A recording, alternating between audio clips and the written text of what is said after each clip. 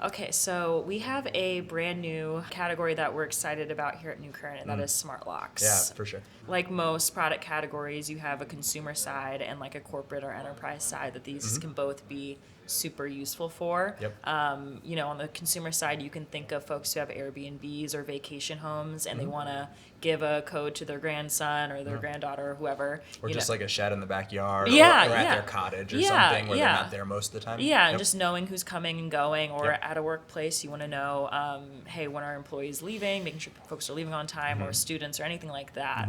So I'm seeing a lot of benefits in those types of ways. In this product category, how are you seeing benefits and any pain points that are also kind of bubbling to the surface?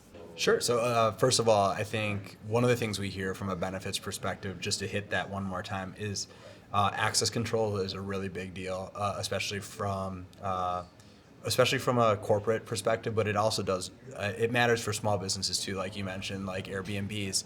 You want to sometimes be able to give people like temporary access for a week or just a one-time authorized use, or you want to just be able to see who came and who accessed that file cabinet. That time when the document went missing. And so it gives a lot of security benefits. And that's the real reason why I think these locks matter. I mean, sure, do people want to digitize their home with like smart light bulbs and smart locks and stuff? Yes, there's a general user experience thing there, but there's a real practical need for these locks. And so I wanted to start there because the practical need becomes a lot less practical when you think about needing to replace batteries. Yeah. And that becomes a real problem for these locks. You think about across all these different use cases for access control, whether that's entering a door, whether that's entering a locked file cabinet, whether that's entering a work site or a storage area inside of a work site. They all have different environmental concerns and use case needs. And so if you think about something like a remote work site or a remote storage area, just imagine that it's like in the desert. So in hot environments, let me step back for a second. In hot environments, batteries decline a lot quicker. And so they will discharge, just like the shelf life is a lot shorter. So let's say there's a storage area out in the desert. Yeah.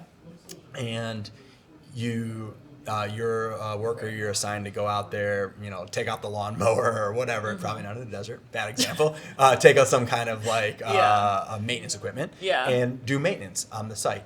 And someone goes once every 3 months or once every 6 months, and they get out there and the lock's dead. Yeah. Now they've been given their key on their phone to open that lock, but now it's dead. So now, there's a back door into it, usually with a physical lock. Like it just relegates it to a dumb old lock, just like normal dumb old locks are. Yeah. And it's a real big problem. So what do the companies have to do instead of that? Well, now they have to do like maintenance on it. So at this remote site, they have to send someone out maybe once every quarter just to fix batteries, replace batteries, just so it doesn't die in the hot and humid area. Or they have to send keys out with people, which defeats the whole purpose of the smart lock in the first place. So it's a real big problem. I mean, that's a relatively extreme example because of the heat, but it's no different for hotels. Like, how much money do hotels want to put into paying someone to once every couple months walk around and replace batteries in the doorknobs? I mean, I don't think that's a very good use of people's time. And it's not really great for the environment either. Yeah, and also it's like, I don't know if I kept hearing the word remote, and if this is like a dated example, but it reminds me of universal remotes. And just like how back, 10, 15 years ago, you could have a remote that would be able to connect to your speaker and your TV and like different devices in your living room. And like that's essentially what our phones are becoming now, right? Like being able to actually get access. Do a little of everything. Yeah, do a little bit of everything. It's like if you have this universal remote or your cell phone or whatever, you can use it to unlock your home, your Airbnb, your office, whatever. So I don't know. It's a really cool application. I'm excited about it. It is a cool application. So with the pain of not wanting to replace these batteries, like it's just a problem. It's a necessity right now for the state of the market, but it doesn't have to be that way forever. And an alternative that's going to come into play is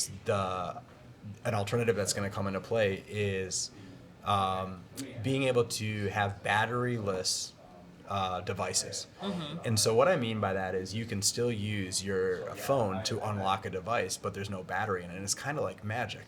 But the way you do that is you actually harvest or harness energy that's being transmitted from the phone to the lock, which will give it enough power to detect, is this person authentic? Is this an allowed access?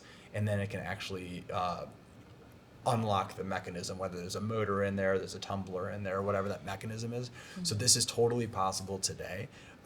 Actually, we have demos of this that we're going to be showing at CES. So it's something that we can show to people, and they can come visit you in the suite to see this. But it's actually a really cool breakthrough for lock technology, because not only is it better for the actual devices, better for the user experience, but it's also better for the environment and the e-waste that these companies are producing by having all these replaceable batteries.